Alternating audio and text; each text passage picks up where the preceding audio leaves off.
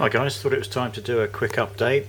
Quite a bit's changed since the last time you saw the tank. Been a few incidents as well. Last night there was some sort of incident down where the tube anemone lives, and when I got down this morning it should be wide open, but it just disappeared completely. A couple of days ago we had added some peppermint shrimps, and you can just see one hiding in the rocks there, and we assumed, wrongly it seems, that they'd had a go. About, I suppose about 1 o'clock today, it suddenly appeared again. Usually the tube base is actually level or below the sand, so it's actually sticking out by about ½ an inch, whereas normally it wouldn't. So I'm not quite sure what's happened there. A bit of a bloom's appeared over the last week, despite me cleaning the sand and siphoning it. We also did a water change a couple of days ago. The water parameters are all really good. Pretty much everything is at 0 at the moment. Even the nitrates, which is a bit odd. I don't even think you want 0 nitrates. The torch has gone nuts. That now comes up the glass. It's moved itself towards the glass a little bit over the weeks that it's been in there. I'm thinking of just sliding it a little bit further back towards the rocks, but it seems happy enough. What have we got? The feather duster there is doing absolutely fine. I've been messing around a lot with the flow recently. I think one of the reasons this can happen is if there's a lack of flow, so I've been tweaking things, trying to get it back to normal. The feather duster now is not moving around at all. I've adjusted that return pipe to help that not be blown around. There's a new addition there, little peppermint shrimp, and the other one which is just there. We put them in, I think it was Monday or Tuesday. Seemed a good idea. These ones apparently have been seen eating small Aiptasia. We've had a couple of tiny ones in various places, so we thought we'd try them out.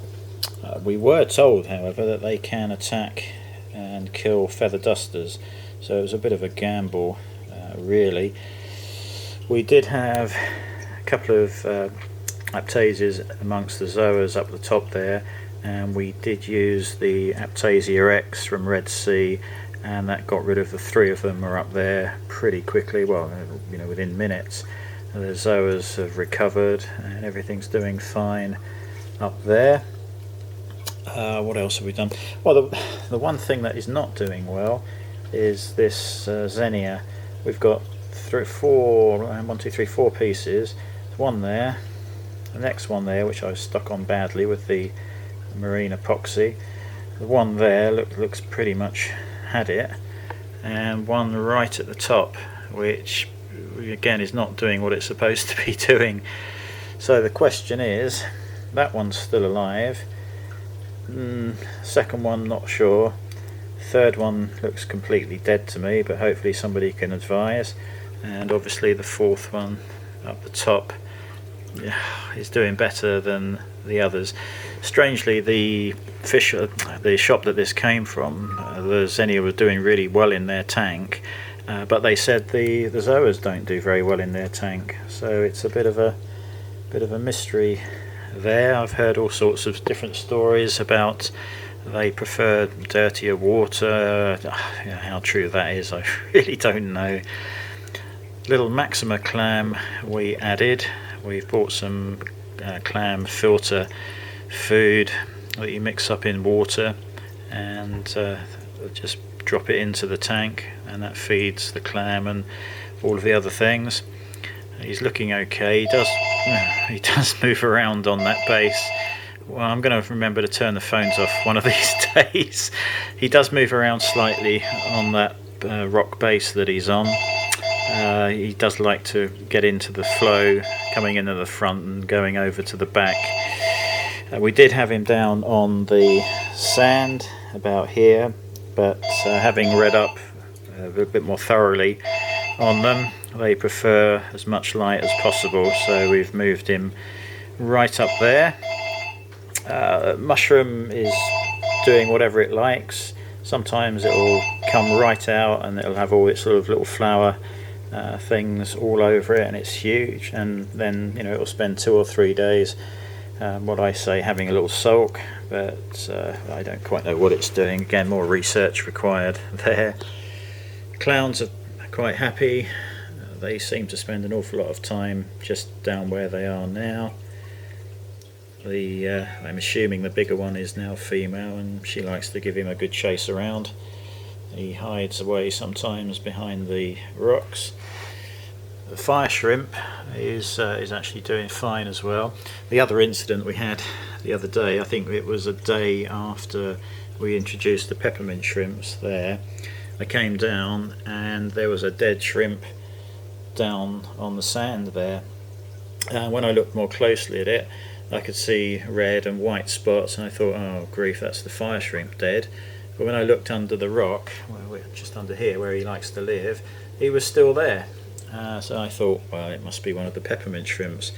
And then I found both of those as well. So what had happened was he'd shed his skin. Now I don't know whether that was we'd added some Kalkwasser solution, about 600 mils over a couple of days, just to bring up the calcium levels, and it obviously also brought up the pH. And it was really a day or two after that that he shed his skin, so I don't know whether that was coincidence or it was just about to happen. But yeah, he's done it, which was nice to see. We now know what we're looking for. It looked like it just kind of split in half halfway down his body, and he'd shed the front and then the back. So yeah, that was that, but that wasn't an incident after all. Everything else is okay. The Tunsey skimmer is working perfectly. That's pulling out some nasty rubbish. I don't have to clean it out very often, probably only every 3 or 4 days. Now the other thing you'll remember is I'd also bought that Fluval G6 to go into the system. It's working fine. Connecting it was a bit tricky. I've had to cut out a little slot at the back there, and the feed, you know, the pump, sorry, the pipe going to the pump is in the rear chamber there. The biggest problem is where to take the flow back to the tank in. I've actually cut a little piece out of the front and just suckered on the pipe work. Of course, in our case this is down the side and in one corner, so you really don't see it. The only issue I've got at the moment is just occasionally some air bubbles will be emitted from here, and it just gets the air bubbles into the water, which is a bit annoying. And we'll be speaking to Fluval about that at some point, see if I can stop that from happening. We have live rock in the 3 baskets, and we've got carbon in the right hand filter, which is under here, and just the 75 micron marine filter under the other side. And this really just shows you, if this will focus, we have electrical conductivity in millisiemens per square centimetre, and it's at 52. Now in the instructions they supply a chart, and that's equivalent to about 1.025 of salinity. You can scroll through this and you'll see the temperature curves for the last 8 days, the conductivity over 48 days, the flow rate, which you can see has not diminished at all in the last, I think, 8 days we've had this running, something like that. Oh grief. And if we go down into the conductivity points there, you can see the salinity is 35. so pretty much spot on with my own readings with the refractometer. So yeah, that's all working fine. I've no idea why we've got 0 ammonia, 0 nitrites and 0 nitrates. Phosphates are all also on 0. So yeah, not quite sure why they're all at 0, but everything seems healthy at the moment. So yeah, sorry about the phone, guys. You think they get the message after the 3rd phone call. The other project that I've just started is to build a STC 1000 based control unit for the 2 heaters that I'll have in the back. There's one in there at the moment, and I'll do another video shortly about that, and I'll remember to turn the phones off and my mobile. So that's it really. Everything is doing absolutely fine. Nice coral and algae growth everywhere. Clam is very happy, or seems to be very happy just there. I know they can be a bit tricky to look after, but I think we've got everything required for it. It certainly couldn't be any higher up in the tank. Shame about the Xenia, but that does seem to be a bit of a mystery as far as everyone on the various forums are concerned. Bit of seaweed growing there. I think we're just going to leave that until it starts to get a bit big, and then we'll just chop it back and let it grow again, as I'd already done once or twice. Xenia is fine. Sorry, Zoas are all fine. Aiptasia removed. And yeah, relieved to see the tube anemone coming out again. Gonna have to move that shell away from its side, and that's about it. So yeah, I'll catch you all later. Thanks for watching as usual.